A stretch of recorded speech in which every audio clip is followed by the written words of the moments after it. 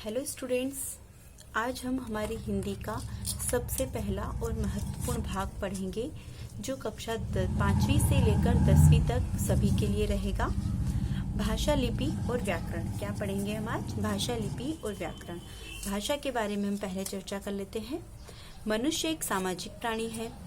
हम जानते हैं हम सभी एक सामाजिक प्राणी हैं और हम सभी को हमारी आवश्यकताओं की पूर्ति के लिए समाज पर निर्भर रहना पड़ता है।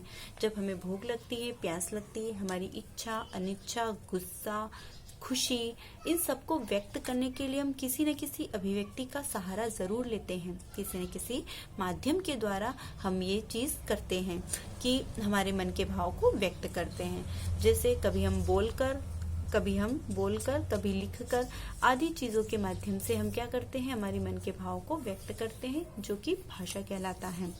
परिभाषा है इसकी, मन के भावों तथा विचारों का आदान प्रदान करना ही भाषा कहलाता है। भाषा के मुख्य रूप से दो भेद होते हैं। भाषा के भेद मौखिक भाषा तथा लिखित भाषा। भाषा के दो भेद होते हैं, मौखिक भाषा तथा लिखित भाषा। हमने सांकेतिक भाषा की भी बात की थी। सांकेतिक भाषा का कोई लिखित रूप नहीं होता, इसलिए उसको इसमें शामिल नहीं किया गया है। सबसे पहले मौखिक भाषा। मुख से बोलकर अपने मन के भावों को प्रकट करना तथा सुनकर दूसरे के मन के भावों को समझना ही मौखिक भाषा है। हम जब दूसरों अपने मुख से बोलकर अपने मन के भावों को प्रकट करते हैं और दूसरों के भावों को सुनकर समझ लेते हैं, ये क्या कहलाता है? मौखिक भाषा कहलाता है। जैसे कि मुझे भूख लगी है, परंतु जब तक मैं अपने मुंह से मम्मी को ये नहीं बोलूंगी कि मम्मी मुझे भूख लगी है, खाना दे दो, तब तक वो हमारे मन के भाव को नहीं समझ सकते। इसलिए यह क्या है? एक मौखिक रूप है भाषा का। जैसे कहानी सुनना, भाषण देना व सुनना, आपस में बातचीत करना आदि क्या कहलाता है? भाषा का मौखिक रूप। भाषा का दूसरा रूप है लिखित रूप। लिखकर अपने मन के विचारों को प्रकट करना तथा पढ़कर दूसरे के भावों को समझना ही लिखित भाषा है। जैसे पत्र लेखन, समाचार पत्र पढ़ना, निबंध लेखन, कविता लिखना आदि लिखित रूप होता है। हम हमारे भावों को बोलकर नहीं तो लिखकर किसी को बता दें तो वो भाषा का लिखित रूप कहलाता है।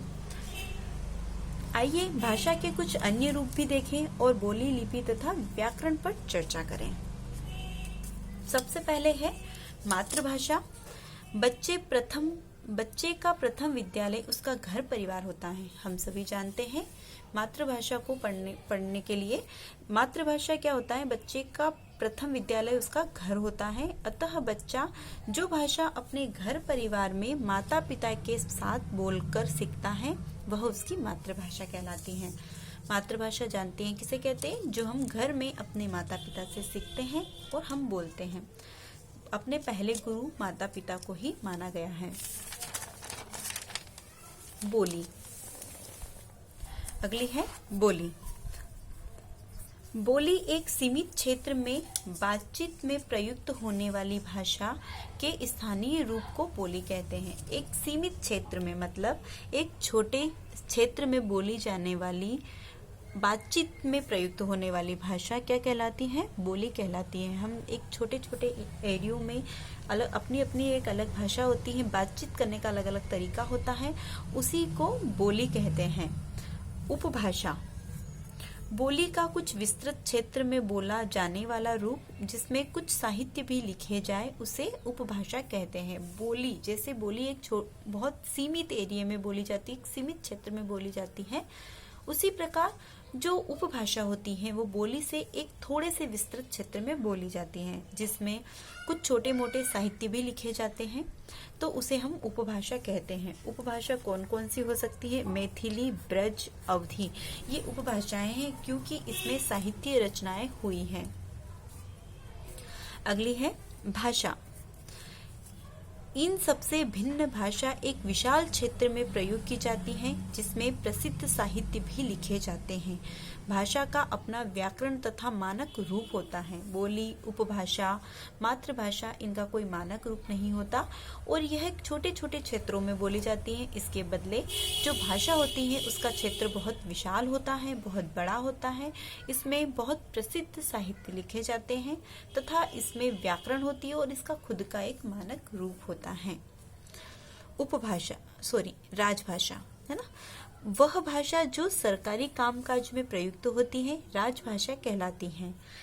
हिंदी के अलावा अंग्रेजी भाषा में भी राजकीय कार्य किए जाते हैं। राजभाषा जिसमें हमारे सरकारी कार्य काम होते हैं, जैसे नगर पालिका के कार्य हुए, कोर्ट के कार्य हुए, ऐसे जो अनेकों सरकारी कार्य होते हैं उसमें जिस भाषा की प्रयोग किया जाता है उसे हम राजभाषा कहते हैं।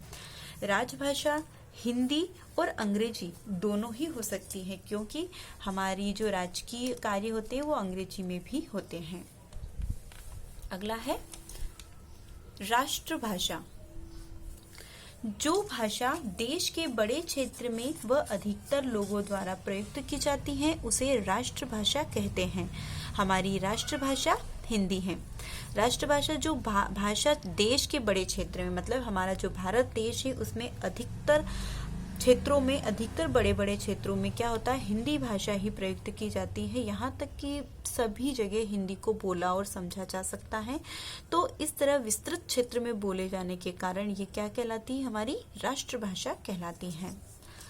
मानक भाषा, भाषा के एक रूपता लाने के लिए विद्वान जिस भाषा को मान्यता देते हैं उस भाषा को मानक भाषा कहते हैं। मानक भाषा जैसे भाषा में एक रूपता, एक समान शब्द हो, एक जैसा लय आए, एक जैसे उसमें काव्य रचना की जा सके, इस तरीके को अपनाने के लिए विद्वान क्या करते हैं, अपने भाषा में भाषा को मान्यता देते हैं। विद्वान अलग अलग तरीके से अलग अलग भाषाओं को मान्यता देते हैं, उस भाषा को मानक भाषा कहते हैं।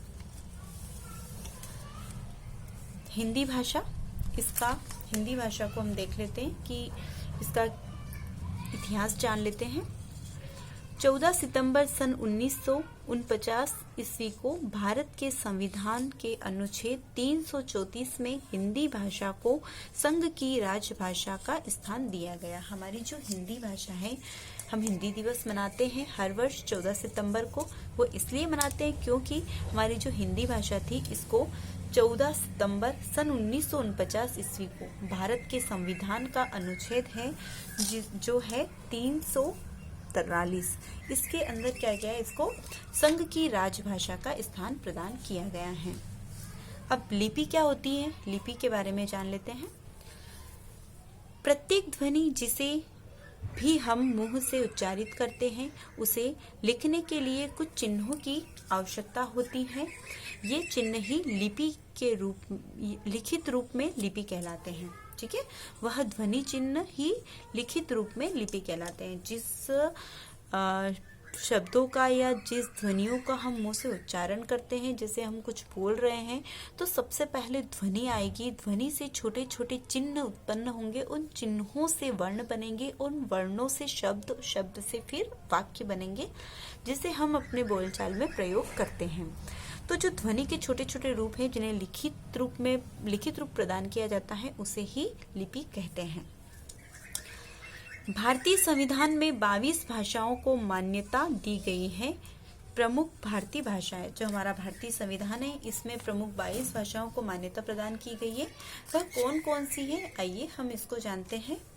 हिंदी, सिंधी, पंजाबी, कश्मीरी, गुजराती, मराठी, उड़िया, बंगला, असमिया, उर्दू, तमिल, तेलुगु, मलयालम, कन्नड़, कोंकणी, संस्कृत, नेपाली, संस्थाली, डोगरी, मणिपुरी, बोडा, मैथिली। ये जो 22 भाषा हैं जिसे भारतीय संविधान में जगह दी गई है, मान्यता प्रदान की गई है। इसका विशेष है हिंदी, संस्कृत, मराठी, कोंकणी, नेपाली, मैथिली भाषाओं की लिपि क्या है, देवनागरिक लिपि। मैं आपको इसका विशेष एक बार और समझा देती हूँ। हिंदी, संस्कृत, मराठी, कोंकणी, नेपाली, मैथिली भाषाओं की लिपि कौन सी है? देवनागरिक लिपि। इतनी सारी भाषाओं की लिपि देवनागरिक लिपि है। हम व्याकरण को देखते हैं। व्याकरण में क्या क्या चीजें हैं। व्याकरण क्या होती है, सबसे पहले हम जान लेते हैं। वह शास्त्र है, व्याकरण वह शास्त्र है जिसके नियमों के द्वारा हम शुद्ध बोलना, लिखना तथा पढ़ना सीखते हैं अर्थात व्याकरण हमें भाषा के शुद्ध रूप का ज्ञान कराता है। व्याकरण की परिभाषा आपने सुनी होगी, इसको अच्छे से एक बार और समझते हैं। व्याकरण वह शास्त्र है जिसके नियमों के द्वारा हम क्या करते हैं, हम जो बोलते हैं उसको शुद्ध तरीके से बोलना, लिखना और पढ़ना सीखते हैं। अगर हमें व्याकरण का ज्ञान नहीं है तो हम लिखने का तरीका हमारा गलत होगा, बोलने का तरीका भी हमारा गलत होगा तथा हम चीजों को सही से समझ नहीं पाएंगे। तो व्याकरण हमें क्या करती है? भाषा का शुद्ध रूप का ज्ञान कराती है। व्याकरण के अंग हैं, अंग या विभाग भी इसको बोल सकते हैं। व्याकरण का अध्ययन 4 स्तरों में किया जाता है। व्याकरण वर्ण विचार, शब्द विचार, पद विचार और वाक्य विचार, इन सब के बारे में हम एक एक करके आगे आने वाले वीडियो में पढ़ेंगे और अच्छे से समझेंगे। आइए आज हमने विशेष क्या सीखा उसके बारे में थोड़ी सी हम चर्चा कर लेते हैं। एक नज़र इस पे डालते हैं जिससे कि हमने पूरे इस चैप्टर में क्या पढ़ा वो हमें अच्छे से समझ में आ जाए। भाषा भाव का आदान प्रदान का साधन है। हमने सीखा है कि भाषा क्या है? भाव के आदान प्रदान का साधन है। उसके बाद भाषा के मुख्य 2 रूप होते हैं, मौखिक और लिखित। और हमने ये भी सीखा कि हमारी भाषा के 2 रूप होते हैं, पहला मौखिक तथा दूसरा लिखित। बच्चा जो भाषा अपने घर परिवार में सीखता है उसे हम क्या कहते हैं? मातृभाषा कहते हैं। बच्चा जो घर परिवार में सीखकर बोलता है उसे मातृभाषा कहते हैं। हिंदी को 14 सितंबर सन 1949 ईस्वी को संविधान में राजभाषा का दर्जा दिया गया और हमारी जो हिंदी है उसको 14 सितंबर सन 1949 ईस्वी को संविधान में राजभाषा का दर्जा प्रदान किया गया है। हिंदी की लिपि देवनागरिक लिपि है। और अगले में हमने ये सीखा कि जो हमारी हिंदी भाषा है उसकी लिपि कौन सी लिपि है उसकी, तो ये हमें याद रखना है। आपसे ये प्रश्न पूछे जाएंगे आपके टेस्ट में कि हिंदी भाषा की लिपि कौन सी है, तो यह देवनागरिक लिपि है। भाषा के क्षेत्रीय रूप को बोली कहते हैं और भाषा का जो छोटा क्षेत्रीय रूप होता है उसे हम क्या कहते हैं? उसे हम बोली कहते हैं। ध्वनि चिन्हों को लिखने की विधि लिपि कहलाती है और हमने ये भी सीखा कि जो ध्वनि चिन्ह होते हैं उससे लिखने की विधि, ध्वनि चिन्हों को लिखने की विधि क्या कहलाती है? लिपि कहलाती है। व्याकरण के द्वारा हम भाषा का शुद्ध रूप से प्रयोग करना सीखते हैं और आखिरी में हमने सीखा था कि व्याकरण के द्वारा हम क्या करते हैं? भाषा का शुद्ध रूप में प्रयोग करना सीखते हैं। आई होप आपको ये वीडियो बहुत अच्छा लगा होगा। प्लीज़ आप इसको बहुत अच्छे से देखिए और समझिए। आज की इस वीडियो में बस इतना ही। आगे के लिए हम अगले वीडियो में चर्चा करेंगे। Thank you so much.